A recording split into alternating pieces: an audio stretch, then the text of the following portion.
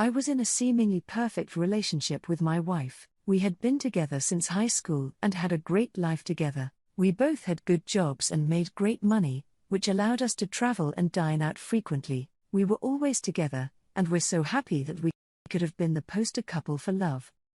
Our bed life was great too, and we were always close with each other. We were planning to have children soon, but then I found out that my wife had been cheating on me. It was a complete shock to me. I had no idea that anything was wrong in our relationship. I thought we were happy and in love.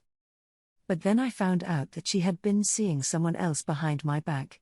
It felt like my whole world had been turned upside down. I had always wanted to be a father, but now that dream was shattered. I couldn't imagine having children with someone who betrayed me in such a way. It was a huge blow to my self-esteem and my confidence in relationships. I felt like I had been living a lie for all these years.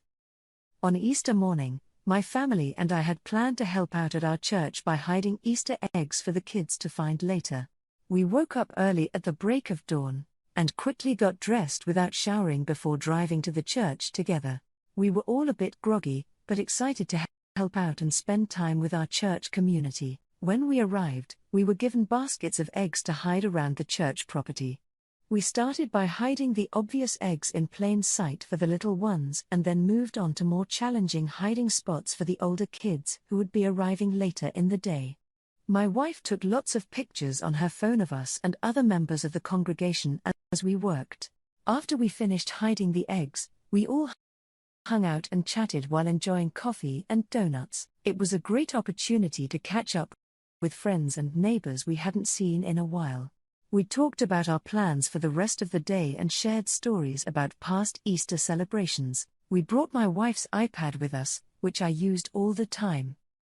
I'm not very tech-savvy, so I don't know what happened exactly, but as we were walking into the house, an icon appeared in the lower right corner of the screen that said something about photos.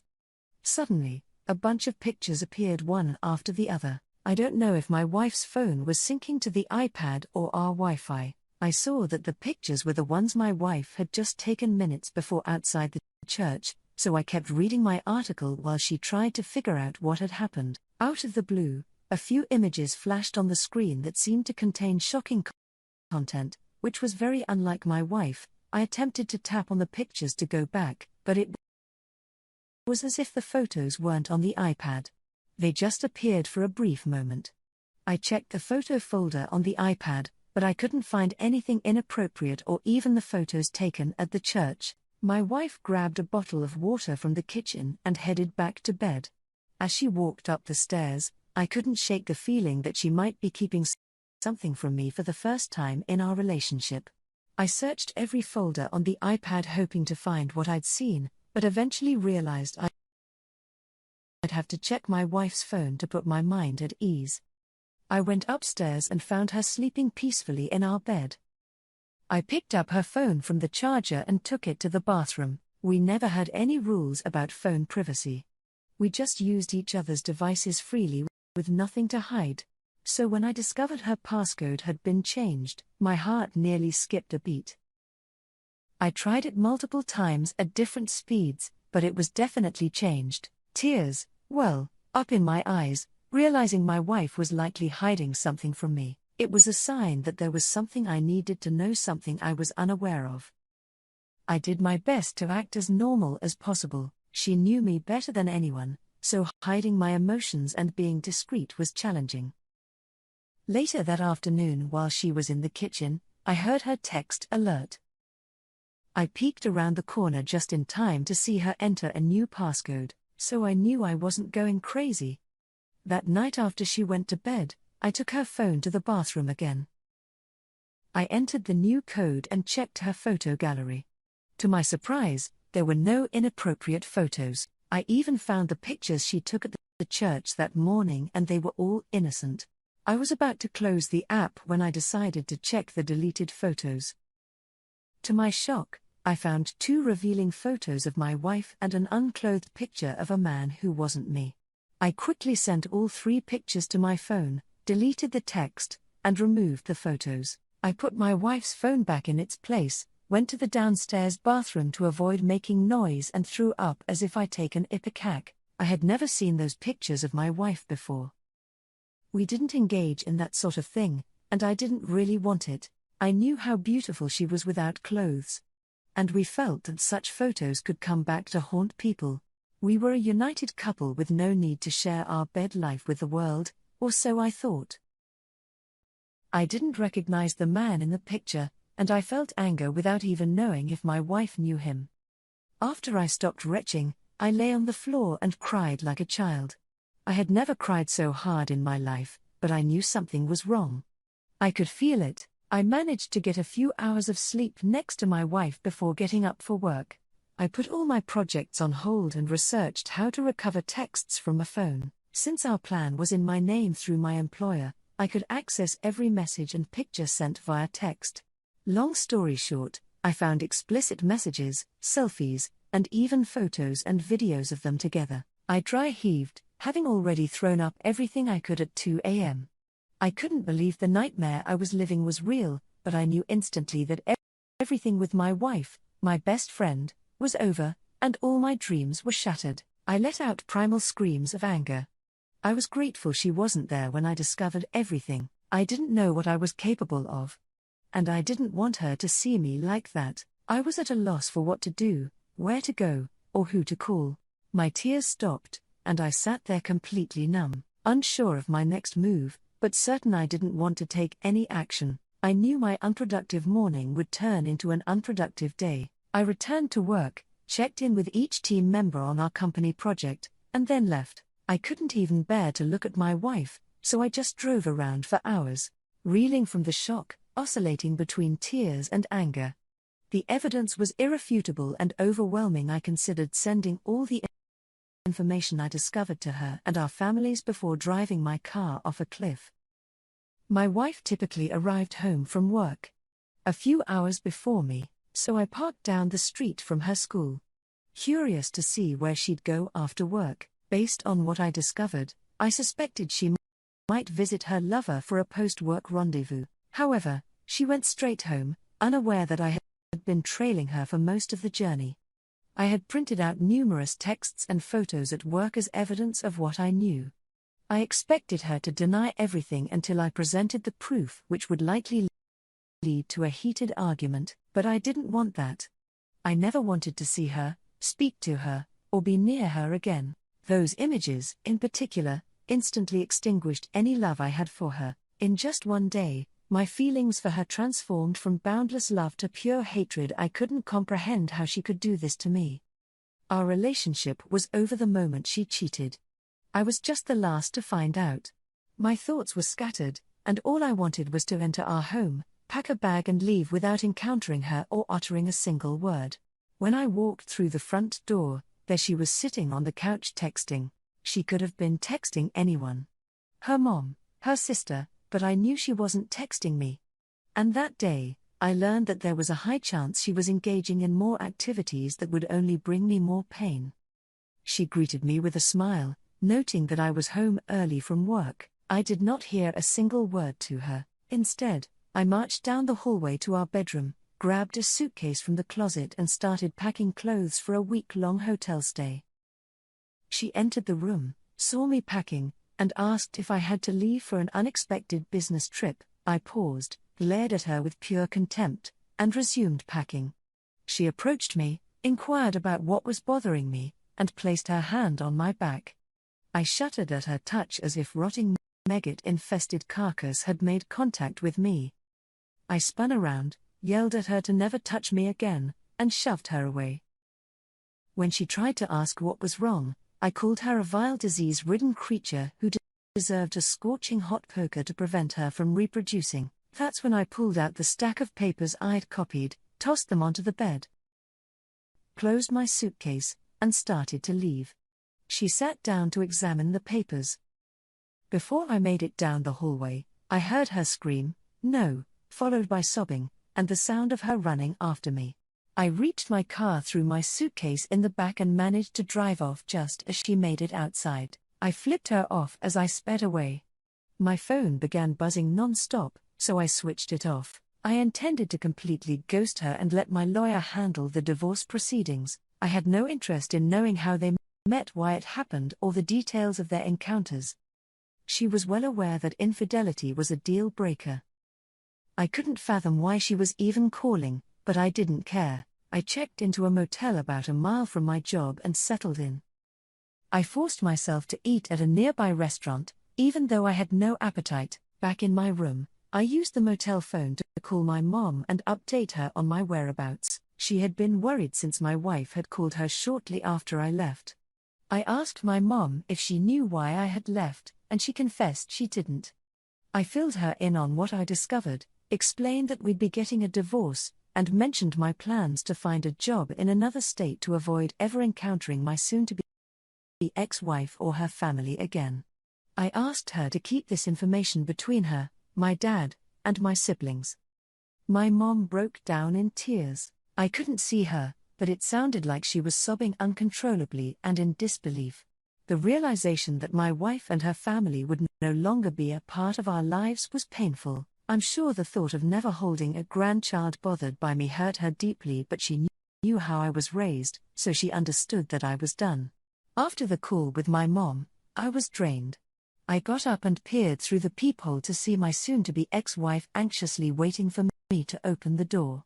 I couldn't comprehend how she'd found me, let alone figured out which room I was in, but I didn't want to see her or hear her voice. After what she'd done, she had no right to even glance at my direction, so I used the motel phone again, but this time I called the local police. I stayed on the line explaining the situation as they dispatched 2 officers. I watched as they escorted my wife away from the door and toward their patrol car. One officer then knocked on my door and I let him in. He assured me they wouldn't let my wife in and asked how I wanted to proceed. I told him I wanted her to leave me alone and that I never wanted any contact with her again. Together, we filled out the necessary paperwork for a restraining order. He double-checked that I wanted the order as it would prevent me from returning to my house without a police escort. I told him I never wanted to set foot in that house again. I was done with her, and she could have the house and everything else. He got her to sign the restraining order, and I watched as they drove away before returning to bed for a few more hours. The next day, I made it to work. Everyone asked how I was feeling, assuming I'd left the previous day due to illness. I told them I still felt a bit under the weather and said I'd be working in my office all day. Just in case I was contagious, I called my boss and asked for a good time to meet at my office. 15 minutes later, he was sitting across from me. I'm sure he expected an update on the project my team was working on. When I told him I discovered my wife's infidelity the day before, he seemed almost as shocked as I was. I didn't mention that I'd soon be looking for a job out of state, but I did make it clear that reconciliation was impossible and that as far as I was concerned, my wife was dead to me. It took all my strength not to break down in tears. I told my boss that I planned to immerse myself in work to distract from my personal life, explaining that I needed the work more than the paycheck it provided.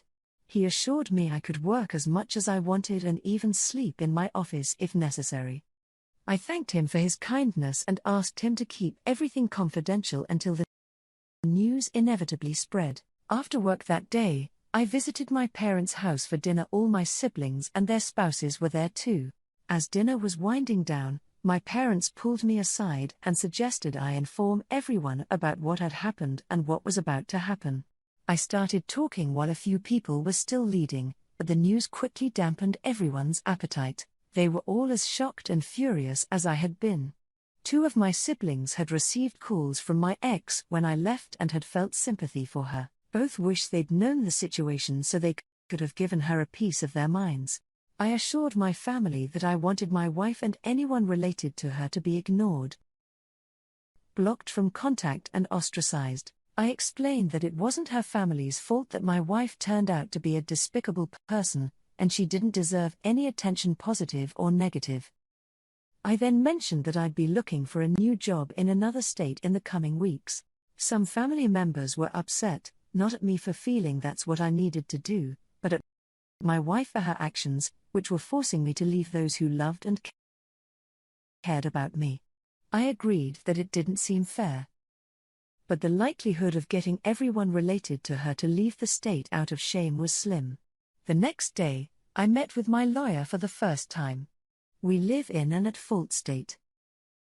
So the stack of papers proving infidelity was a welcome sight for her. I tried to approach the meeting with pure logic and no emotion, as emotions are temporary and letting them guide your life can lead to chaos. I explained that she and her staff would need to act as intermediaries between my wife and me until the divorce was finalized, and mentioned the restraining order in place. I told her I didn't care about any of our possessions, as everything we owned reminded me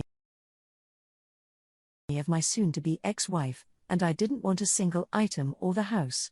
My only concern was ensuring she couldn't touch my 401k or other investments I had before marriage. That's when my lawyer asked if I wanted a fair and equal divorce or a scorched earth approach. I pondered for a few moments, feeling the emotional turmoil causing actual physical pain.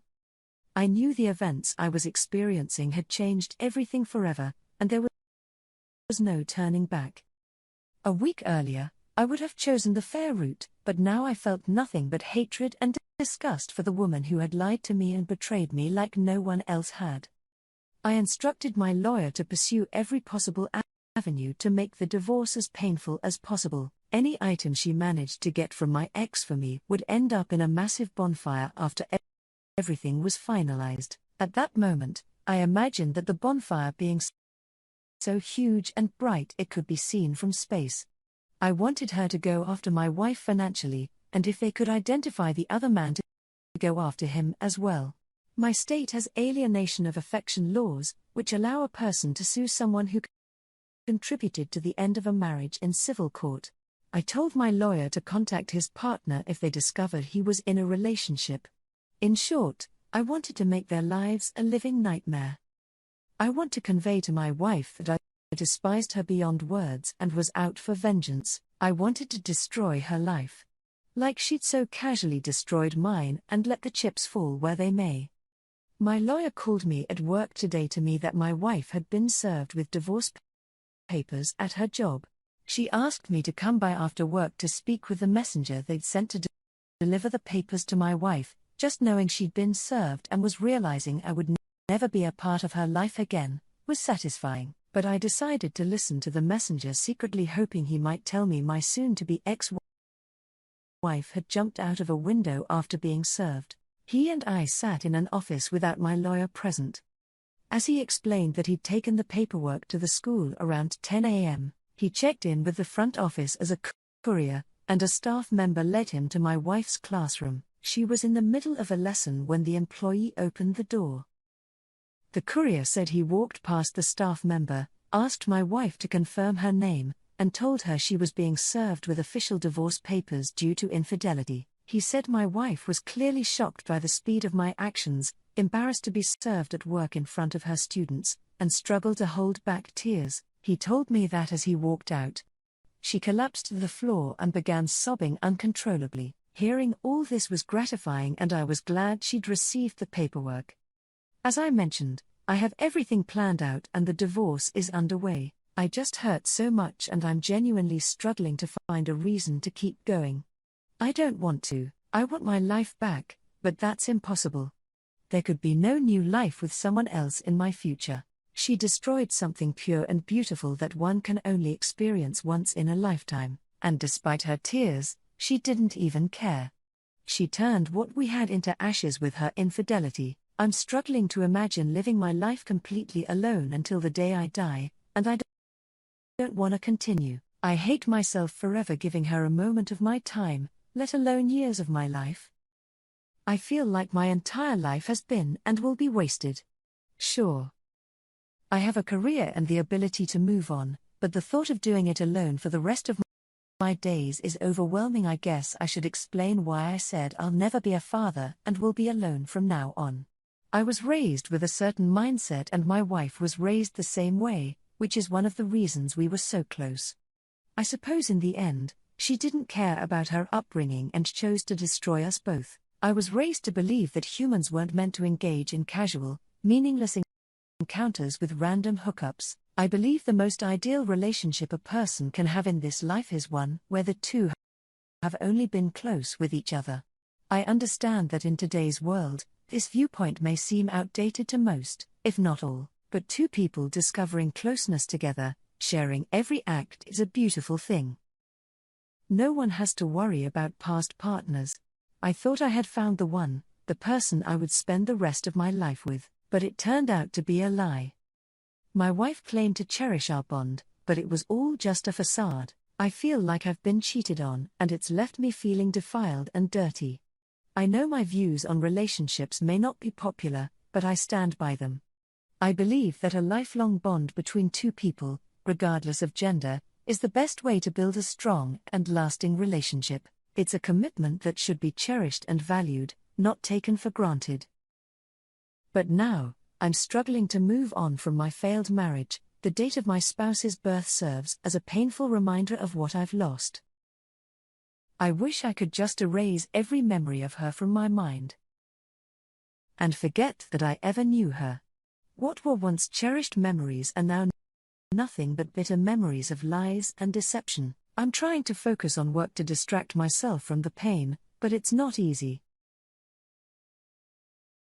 I'm taking it one day at a time, hoping that someday I'll find happiness again, but for now, I'm just trying to come to terms with the end of my marriage and figure out what the future holds.